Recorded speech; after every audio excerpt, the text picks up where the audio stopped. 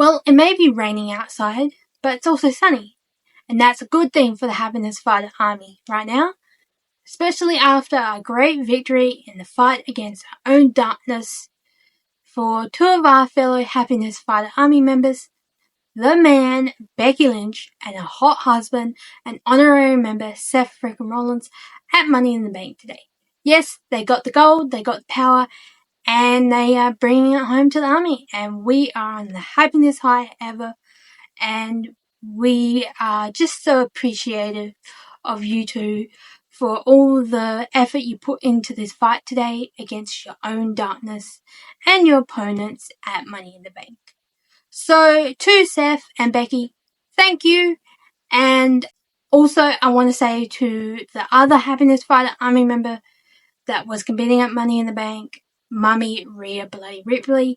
Yes, she may not have won the Money in the Bank briefcase, but you gave us a hell of a show for your first ever ladder match, and there's always new opportunities in the future. For example, we've got Queen of the Ring coming up. Mummy Queen of the Ring sounds pretty good to me.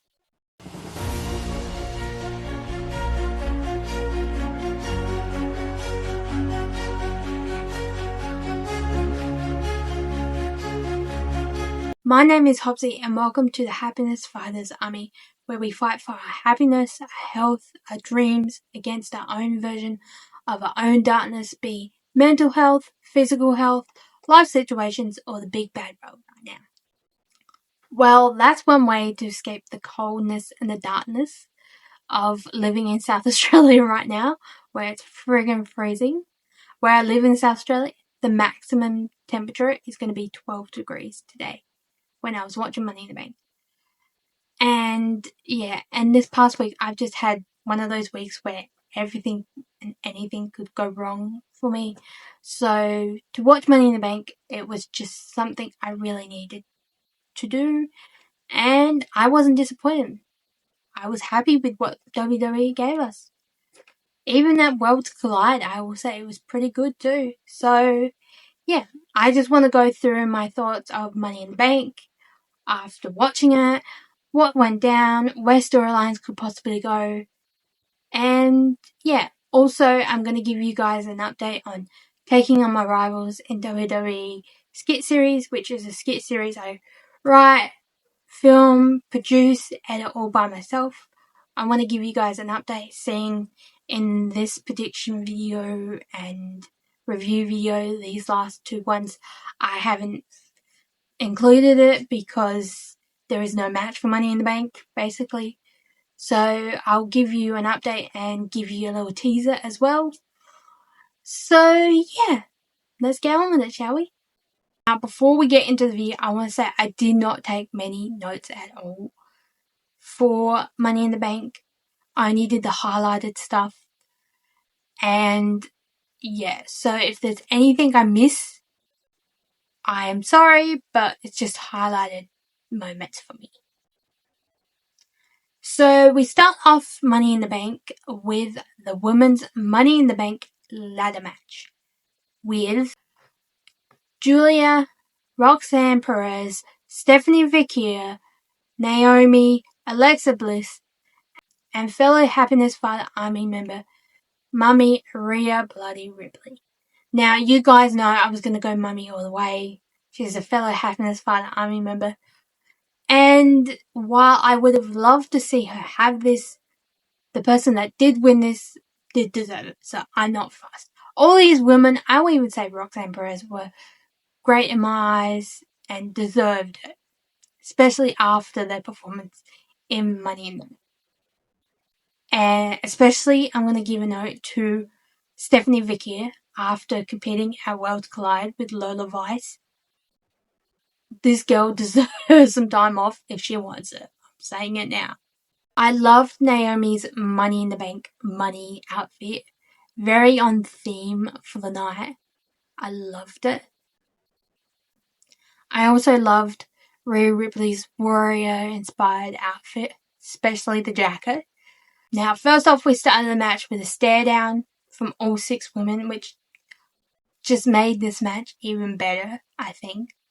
And then it ended into a brawl. Like, one woman would face one, and then two would face two, and then three would face three. Sort of like Brooke. And that really worked in my eyes. At one point, we had Rhea use Alexa Bliss as a weapon, like a battering ram. I really like that. I really like when wrestlers use other wrestlers as weapons. It really works in my eyes. We had a Roxanne, a Julia, and Stephanie Vicky moment in the ring between all three superstars, which if you haven't watched NXT, you will not get this, but I have when they're all there, and it just makes so much sense, that little eye to detail in a story, and I love that. Roxanne was the first woman to climb the ladder in this match, but she was pulled down by Alexa Bliss. At one point we had Julia and Roxanne teaming up, and they put Rhea in between a ladder and sandwiched her in between the ladder, and then we had them also team up and put a whole lot of ladders on top of her, so she looked like she was buried by ladders. I was like, is she gonna get up from this? It was so cool. At one point we had Stephanie Vicky scale the ladder towards the briefcase with Julia on her back. I was like, how's this woman still standing after what she's been through already? We had Alexa Bliss knock down the ladders with people on them, and then later in the match, Rhea actually got up out of the ladder pylon, sort of Taker-like-ish, and then just went after Julia and Roxanne. Then we had a Razor's Edge from Mummy, a little nod to her Terror Twin priest, I say. I think the moment in this match for me has to be the Devil's Kiss by Stephanie Vicky on Mummy on a ladder. That was epic. So we got, like, at Worlds Collide, a double Devil's Kiss with her and Lola, and then we got this. I was like, oh, it's just an epic move, I'll say. And then at one point you had, say my hand's the ladder. This side there was a ladder, that side there was a ladder, set up like that. And we had a double code red on the ladders by Roxanne and Alexa onto Stephanie Vicky and Naomi. That was an epic moment. Julie was the first one to touch the briefcase, but she didn't grab it. We had a Riptide and a Sister Abigail at the same time. That was epic. Then near the end of the match, she had a moment with Alexa Bliss and Rhea climbing the ladder, and then Naomi pushed that ladder, grabbed another ladder and climbed that, and become Miss Money in the Bank. Yep, Naomi won Money in the Bank. Now, while I would have loved to see Rhea win this, and Naomi was my first pick, I actually don't mind this for her. It really works. And maybe this is the reason why she won the money outfit. Maybe. I want to congratulate Naomi on the win and becoming Miss Money in the Bank 2025. And I cannot wait to see you cash that in. I'm going to say you're going to cash it in on Jade or Bianca if they ever become champions. If I had to go now, I reckon we would go Tiffany Stratton more. But yeah, I don't see you cashing in on Tiffany. I see you cashing in on, like, say Jade for some reason wins Queen of the Ring next month and she faces Tiffany at SummerSlam. You cash it in on Jade after that match. Something like that. But yeah, I see you cashing in on Jade or Bianca if they become champions. But you could prove me wrong. You could just cash it in on anyone. That's the power of Money in the Bank briefcase. And to my fellow Happiness Fighter Army member, Rhea Bloody Ripley, I want to say you gave us a great show, a great effort for your first Money in the Bank ladder match, first ladder match ever. And there's always new opportunities in the future. Queen Mummy sounds nice, I say. And yeah. If not, I see you and Stephanie Vicky at Women's Evolution. I reckon we could set something up between the two of you now after Money in the Bank. That's what I would like to see. If not that match, I would love to see you versus the GOAT, the Hall of Famer, Lita. I reckon this would be an epic match between the two of you. But yeah, if it's not Stephanie Vicky, it's definitely Lita at Women's Evolution for you, I say. Now, some other matches are some other matches for the other competitors after Money in the Bank I can see happening is Charlotte versus Alexa Bliss. You could put them both in this new Queen of the Ring tournament and continue their rivalry that way. I see after Friday Night SmackDown, Julia going after Zelina Vega, or vice versa, sort of thing. And I'm calling it now. Women's Evolution, SummerSlam, these two, one of those PLEs. I'm calling it now. Roxanne, it's just simple. She's going to continue to bring a divide in the Judgment Day between Dom, Liv, and Raquel, and Finn and JD, like teaming with them, and we'll have the breakdown of that, which I'm here for. And if that does happen, I'm going Liv, Dom, and Raquel. Now, at Worlds Collide early in the day, Dirty Dom was there with Liv, and they challenged Octong. Sorry for the mispronouncement of name. I just can't pronounce luchadoric names very well. For the Intercontinental Championship at Money in the Bank. And it was made official later on in the day. So that's the next match we're going to go into. Now, this match was so fast-paced and high-flying that I only got 3 notes out of the whole match. Dirty Dom tied the luchador's face mask tassels to the ring at one point. Liv did a Liv distraction moment as well. But in the end, Dirty Dom retained, which I didn't see Dom losing this at Money in the Bank. Especially in a match like this, but it does set up for Monday Night Raw very well. Because Finn could be like, what was the plan at Money in the Bank? Why'd you do that? Sort of thing. Thinking that he was going to get the next title shot. And this could be the final nail in the coffin for the breakdown between the Judgment Day members. Now, the next match of the night is the match of the night for me. I don't care what anyone else says.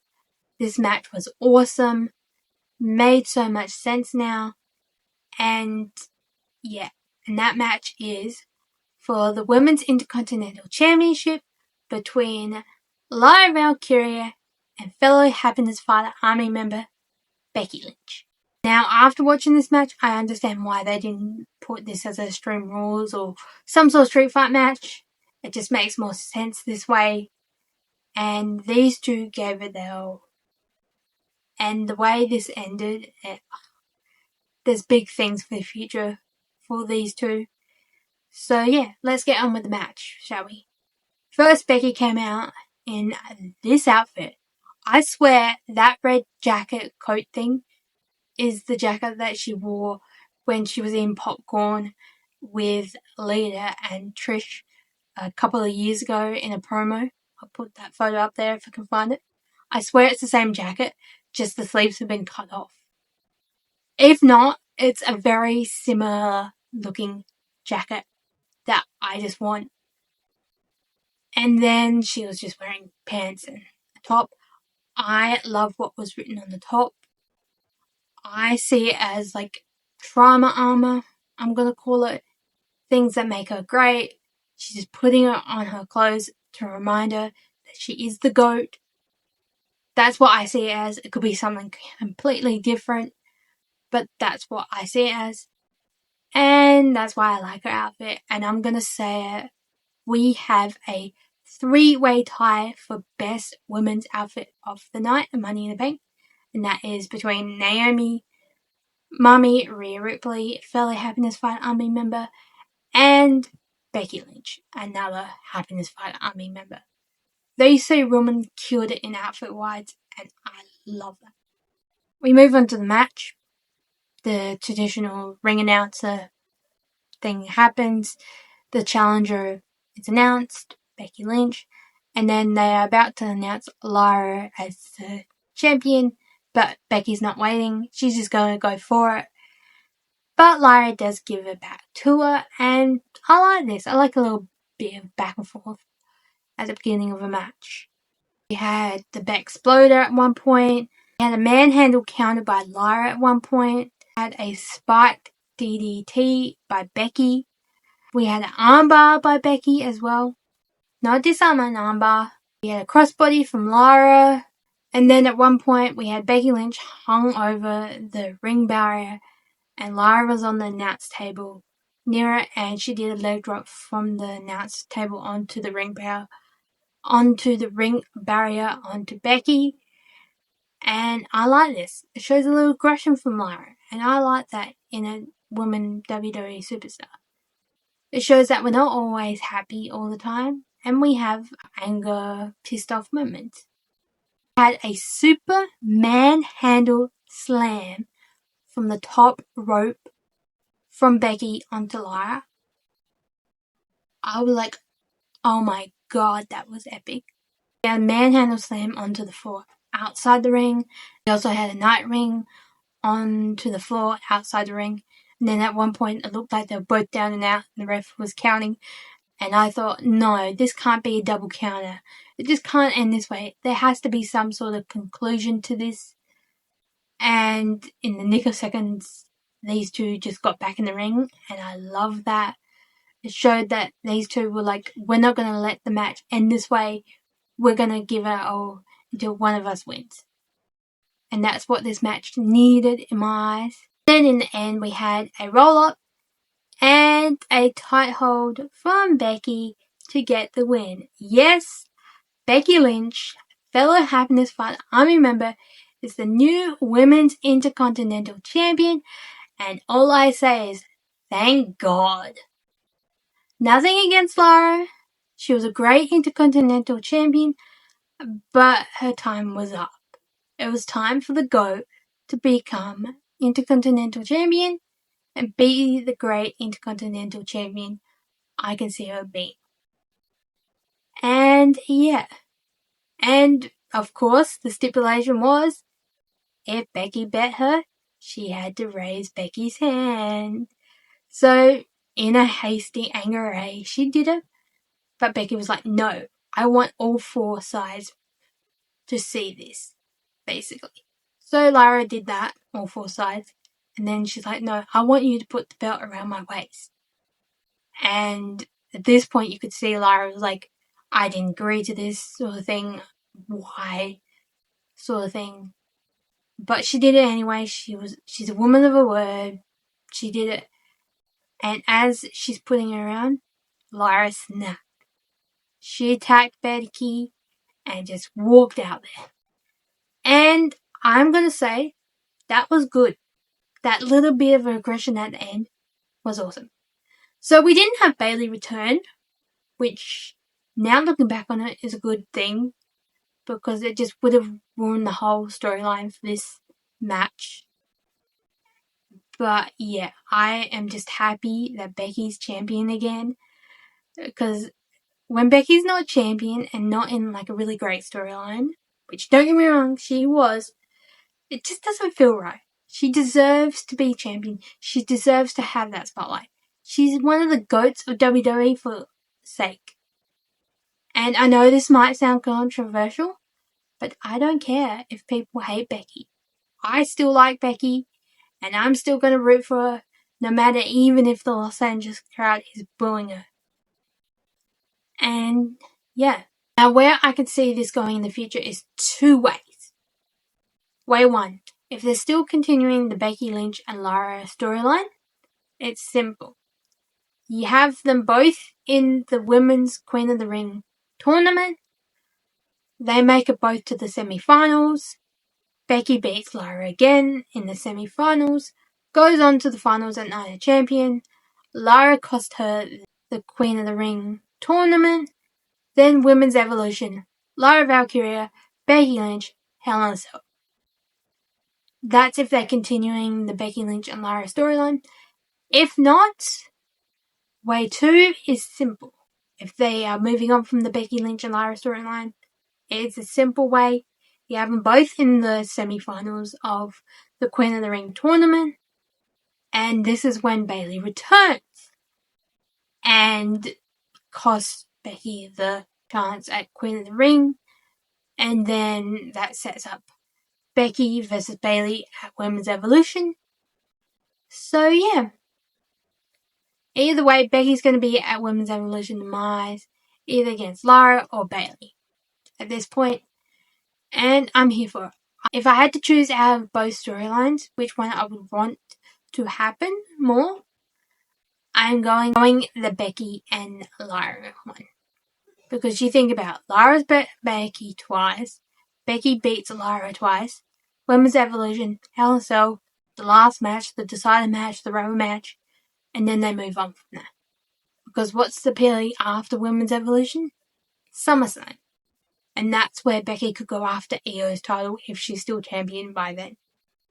Then we move on to the men's Money in the Bank ladder match with El Grande. I'm just going to say it like that because I cannot actually say his full name. Andrea, Penta, Solo Sikoa, LA Knight, and honorary Happiness Fighter Army member Seth frickin' Rollins. Now, you guys know I was going for Seth Rollins for the win here, and let's just say he did not let me down. But this match was pretty awesome, I will say. And first person to come out was Seth frickin' Rollins, and I loved his outfit. Oh, I'm going to say he gets best men's outfit of the night. In my eyes, it's like a mixture of like a Power Lion King mixed with Joker vibes, and I just want that jacket so bad. He also came out with his Wise Man, which makes so much sense now that he's got this little fraction that I call the Coalition. So everyone else but El Grande decided to gang up on Seth after what he did on Friday Night SmackDown, which makes so much sense. I get it, but I did not like it. They all wanted to be bullies to him, and I did not like that. But then once he was taken out, they all decided to gang up on Solo, and I liked that. But this beatdown from everyone didn't keep Seth down for long, and he was back in the match. Andrea went flying one point. Penta took out everybody. At one point, we had a big slap from Penta on El Grande, which I was like, oh my god, that's a loud slap. We had Solo mock El Grande or Chad Gable, whichever you like to call him, and LA Knight at one point, in a funny, jokey way. At one point, all the men in this match were on some sort of ladder at one point in time. Two of them were like ladders that didn't even reach the briefcase, and then one did. And they were just trying to keep each other off of it. It was just an epic moment. We had a Solo and Seth moment at one point in this match as well. We had a stomp by Seth Rollins and Solo. So I like a good stomp. The most impressive thing from Grande, I will admit, is doing an ankle lock on top of the ladder on Seth freaking Rollins. I didn't like who he did it to, but I've got to give it to him to do an ankle lock all the way up at the top of the ladder. That's impressive in my eyes. Then at one point we had Penta versus Andrea facing each other. And they were climbing the ladder, and they were very respectful. They were like, you take the briefcase. No, you take the briefcase. And then Andrea just turned on Penta. So, yeah, I like a little bit of respect between superstars in a match. At one point, we had Penta in a ladder sandwich, as I like to call it, while being on the ladder. Like, there was a ladder here, and Penta was right in the middle. At one point, we had a Mexican destroyer from Penta onto a ladder. A ladder was here, and then there was another ladder like this, leaning on the ropes, and he did it on this one. That was epic. Another mockery from Solo, but about Penta this time. Solo went into the steel steps back first from LA Knight at one point. Grande did superplexes to everyone at one point. Then he grabbed the ladder and had it around his neck. Grande and did a fire spin move with the ladder. That was awesome, I will admit. At one point, Andre was hanging off of the Money in the Bank briefcase that was hanging above him, like there was no ladder under him. I was like, we haven't had that move for years, because this was the 20-year anniversary of Money in the Bank ladder matches for the men's side, so it's a good way to celebrate that in my eyes. And then Seth's like, come on, bring him out here. It's time to bring him out here. To Paul Heyman, and of course Bron Breakker and Bronson Reed came out. And they destroyed the competition. With spears and 2 tsunamis. Yes, I know I said that wrong, but that's how I say it. And I love this. It just makes so much sense. At one point in the match, Seth was looking over Solo, and Solo's lackeys came out, JC and Jacob Fatui, and they just started beating down on Bronson Reed and Bron Breakker. And I love this. Even though they weren't part of the match, it just adds an element to this match that it needed, I'll say. And then Solo and Jacob Fatui go into the ring. It looks like Solo's going to grab the briefcase, climb the ladder. He's near the top. And Jacob Fatui screws Solo over by pushing the ladder over and beating him up. Yes, we finally got the screw you Solo moment that I've been wanting for ages, and I love this, how this happened at Money in the Bank, especially after what happened on Friday Night SmackDown, with Solo calling him a dummy. It was the perfect timing. And then Jacob Fatui just went out. And I love this. I reckon they're going to turn him more babyface now. And I'm here for it. Then we had a stomp from Seth onto LA Knight. And then Seth climbed the ladder and grabbed that briefcase, baby. Yes, the Happiness Fighter Army has the power now. Now, thanks to honorary member Seth frickin' Rollins, which I'm actually gonna do something about. I'm gonna say it. He's no longer an honorary member after tonight. He's a full-fledged member of the Happiness Fighters Army. Because of this. I'm gonna take the honorary out, and I'm just gonna make him a full-time member, because he helps Happiness Fighter Army members be the best version of them they can be, and is there for them in the darkest times, and brings smiles to us. So he's a full-fledged member now. And yeah, thank you, Seth freaking Rollins. Now, where could I see this going in the future? Simple.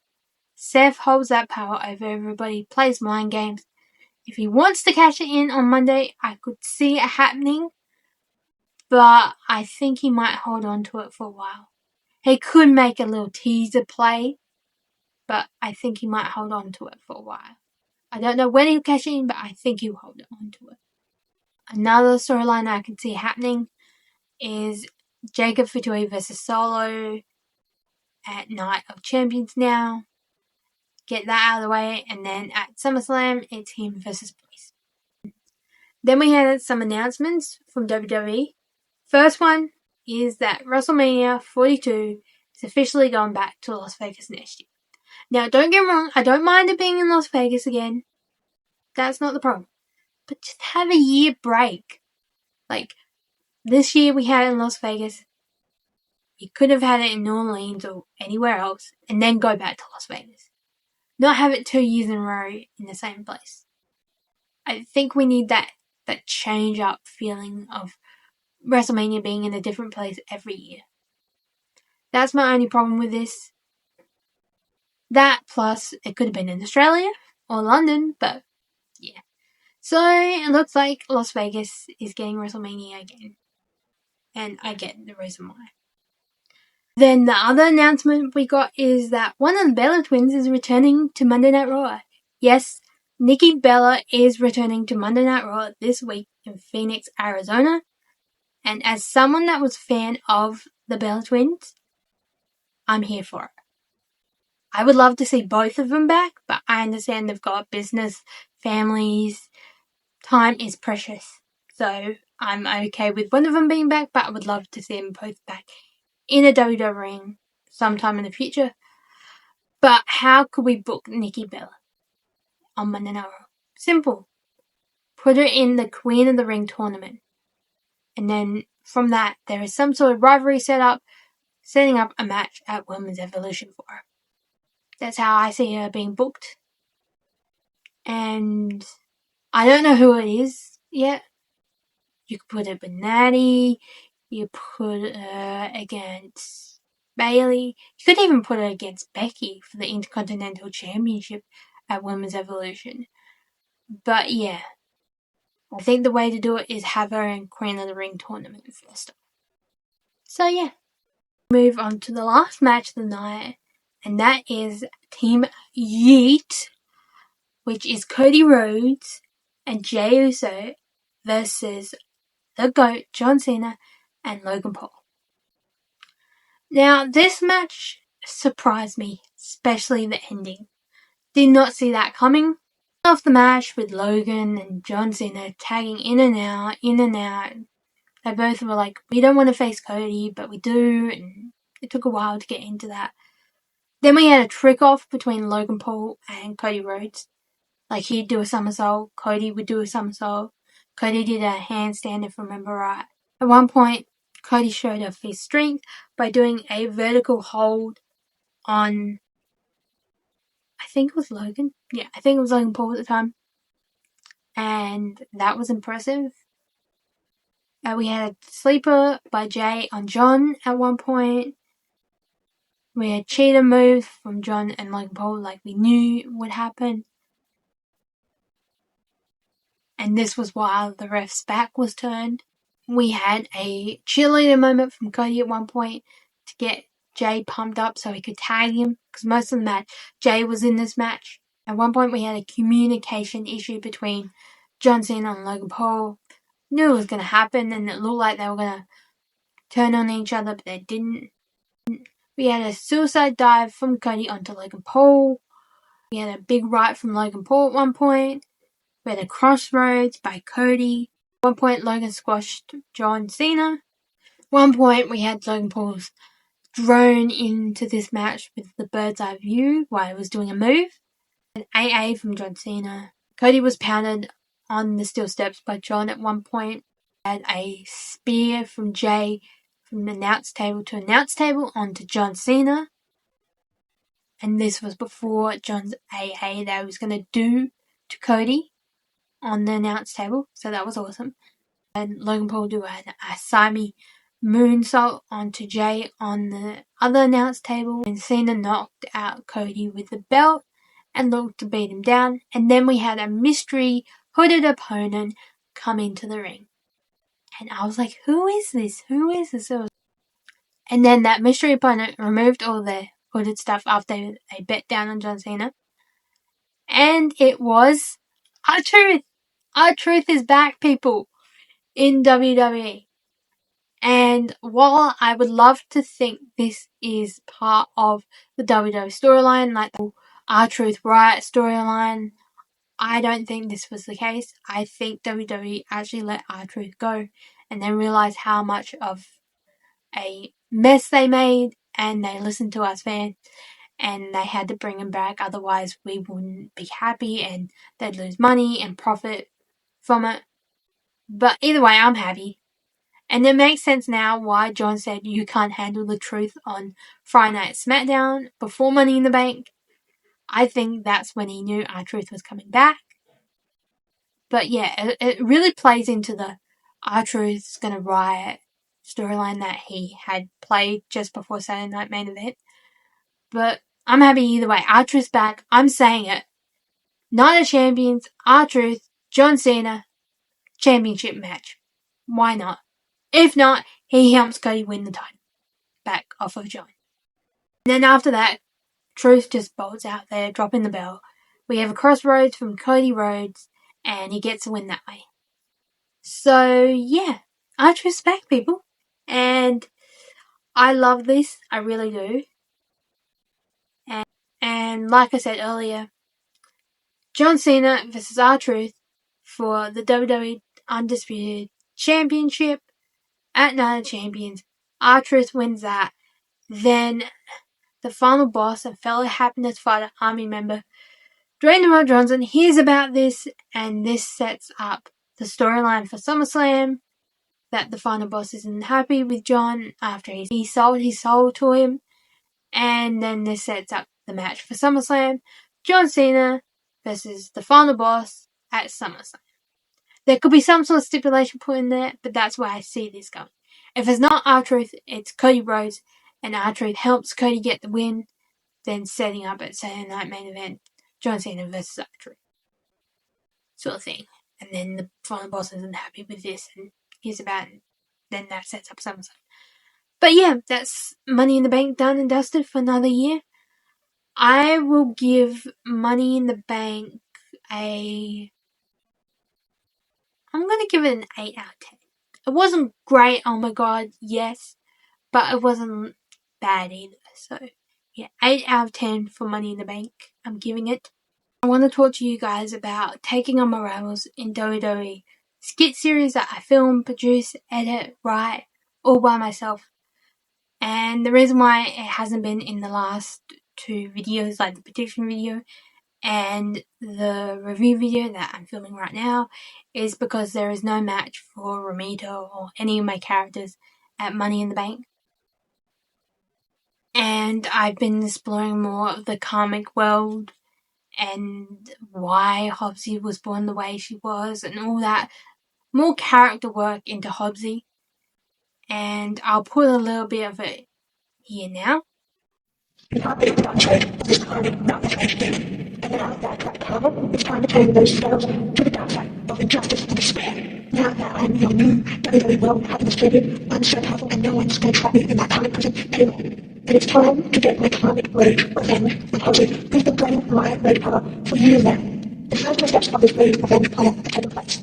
First step was to stop her in that karmic prison powers dead. Second step was to become new WWE World Happiness Champion. The third and final step in this rage revenge plan is to take the one thing that means the most from her, like she did with me, by taking the one thing that feels nice to me, my cows, and not years between her and before, and not to never stand in the way of doing this. Hobbsy, how did you find the powers I already saw in you before being trapped here? Well, you see, Karma, I was sitting in this karmic prison, feeling so sad and sorry for myself and crying my eyes out on the floor. And then all of a sudden I heard this angelic, mysterious voice. Stop crying, my darling Joy Bell. Everything will be alright. Wait, who said that? It's me, Joy, your grandpa.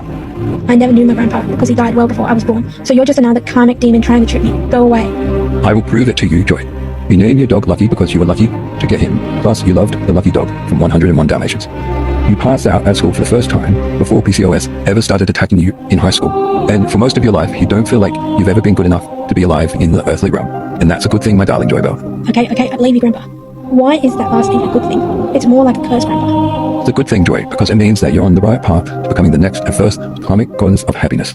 I'm no karmic goddess of happiness. I'm not even from this realm. No way in hell. Calm down, Joy. It was your destiny from birth to become the first karmic goddess of happiness. And I'll explain it all if you calm down. Thank you. Please start explaining. Joy, all second-generation males of the Hobbs bloodline have been blessed with being ancestral karmic gods of happiness since the Dual Universe, where we are tasked with spreading happiness, kindness, and belief in others, karmic magic throughout the universe.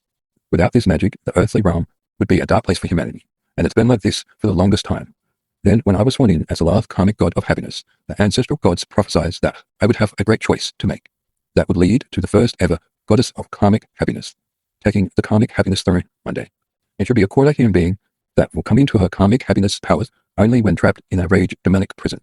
And that's you, my darling Joy Bell. Whoa. I always felt like I was meant to do something big in this universe and would change the universe, but I never thought it'd be anything like this. But you said there was a choice, Grandpa, you had to make for me to become this karmic goddess of happiness. What was it, Grandpa? It wasn't a hard choice for me to make when I was following my heart. The choice was to stay as the karmic god of happiness or give it all up for a human. And that human was your grandma, who I fell in love from the first day I saw her. I wouldn't change her for anything, because without this decision being made by me, you wouldn't exist. Well, if you can make that hard choice for me, then I can become the damn best karmic goddess of happiness. What do I need to do, and how do I get stronger, Grandpa? We'll start with... Then after that, I trained my butt off with assistance from my grandpa. It was hard, it was painful, it was frustrating at times, but in the end I got there. Then my grandpa and I said our goodbyes after he told me what I had to do to become the full karmic goddess of happiness I am. He said I have to kill Ramita's rage. After this, and only this, will I become the fullest version of me I can be. So that's what I will do. But first, we have to get out of this karmic rage prison. How are we gonna do this, Hobbsy? I have an idea, but you might want to step back to me.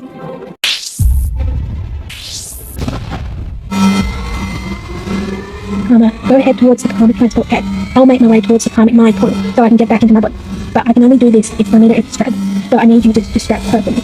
I will do this, my comic friend. Until we meet again, stay safe, and we shall meet again on the earthly planet. Would you stay safe, my karmic friend, and we'll meet again.